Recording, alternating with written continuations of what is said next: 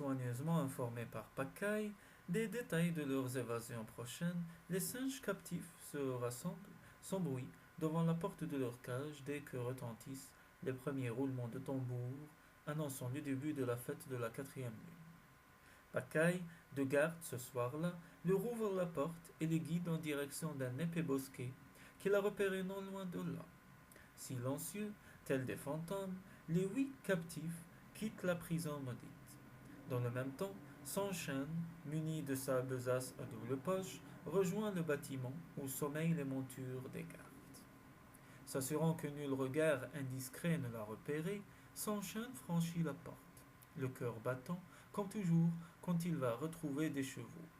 Venus des vasistas, la lumière de la lune qui permet d'apercevoir la croupe luisante de ces coursiers, fameux parmi les femmes.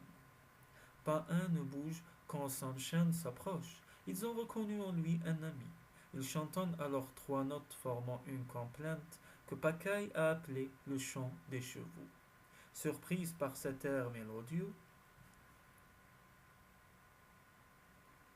les montures des gardes frémissent d'aise. Lentement, Sanchen passe de l'une à l'autre, distribuant tapes légères ou caresses, toujours fredonnant les notes magiques. S'approchant d'un splendide animal à la robe mouchetée, il murmure quelques mots à son oreille. Le cheval a compris. Il ne branche pas quand Sanchen, d'un bond, s'installe sur son dos. Le jeune écuyer presse les flancs du coursier, le dirige vers la sortie, fredonnant toujours les 3 notes du chant des chevaux. Entraînant à sa suite les autres montures, la petite colonne, étrangement disciplinée, se dirige vers le bosquet où attendent Pacaille et les singes captifs. Les chevaux, ayant compris qu'il s'agit d'une sortie exceptionnelle, s'abstiennent de hennir. Arrivés dans le petit bois, ils s'immobilisent, imitant le cheval de Sanchen, et se laissent enfourcher sans brancher par les singes. Avant de donner le signal du départ, Sanchen, prenant conscience de l'étrangeté de l'aventure où Pacaille l'a entraîné, lève les yeux vers la lune, espérant recevoir d'elle quelques signes d'encouragement.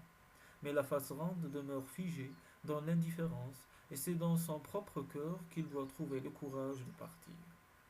Silencieuse, la colonne s'ébranle. Durant toute la nuit, la troupe chemine, tantôt lentement, tantôt à vive allure, selon la pente et les accidents du terrain. Sanchen voit arriver avec soulagement les premières lueurs de l'aube. Apercevant une colline, il galope vers son sommet, tandis que les autres chevaux font halte près d'un torrent pour se désaltérer. De son promontoire, le jeune écuyer scrute la montagne proche, où les sommets commencent à rosir, illuminés par le soleil levant. Il inspecte aussi l'horizon dans la direction de Corem et s'assure qu'aucune troupe de cavaliers n'est à leur trousse. Quand il retrouve Pacaille, à moitié endormi sur son cheval, et les singes cavaliers, impatients de retrouver leur ancien territoire, il ne peut s'empêcher de sourire devant la vue de sa petite troupe, dont il imagine qu'elle aurait grand succès si elle paradait devant une assemblée d'enfants. Il en prend la tête, bien décidé à chevaucher à belle allure, maintenant que la nuit a disparu. Abandonnant jusqu'au plus profond des vallons, peu à peu la lourde masse de la montagne semble venir au-devant d'eux. D'énormes rochers, dressés comme des sentinelles, donnent au massif une allure de forteresse. Sanchen ralentit sa marche, redoublant d'attention. Parfois il se retourne pour jeter un regard en direction de Pacaille, lui aussi en alerte.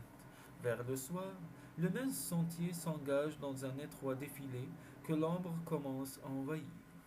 Sanchen hésite, saisi d'une soudaine appréhension. Il arrête son cheval, se retourne vers Pacaille pour lui demander conseil. Il n'a pas le temps de prononcer sa phrase. Les mots restent figés sur ses lèvres. Il s'écroule, atteint par une flèche, partie d'on ne sait où. Tandis que Pacaille met pied à terre en toute hâte, des hommes barbus, vêtus de peau de bête, armés d'arcs et de lances, surgissent de l'obscurité et cernent la petite troupe. Grand est leur étonnement de découvrir que les cavaliers sont des singes et non des gardes, et que le seul humain de la bande gît à terre, le visage enfoui dans le sable. Sur sa poitrine, une tache de sang attire l'œil là où la flèche a frappé. C'est un jeune garçon. Son visage est pur, dit l'un des hommes. Sans doute lui et ses étranges compagnons venaient-ils chercher refuge en ces montagnes. L'obscurité et notre trop grande méfiance nous ont fait commettre une tragique erreur. Que les esprits nous pardonnent. Nous soignerons cet enfant comme l'un de nos fils. Pacaille, approchant son visage de celui du blessé, embrasse son camarade, son frère, puis d'une voix très douce, comme les mères parlent à leur enfant nouveau-né, lui dit: Non, petit frère, tu ne mourras pas. Ensemble, nous irons en Occident. Tu réaliseras ton rêve, tu dois vivre. Sunshine a entendu les paroles de son grand frère. Il entr'ouvre les yeux. Oui, je vivrai.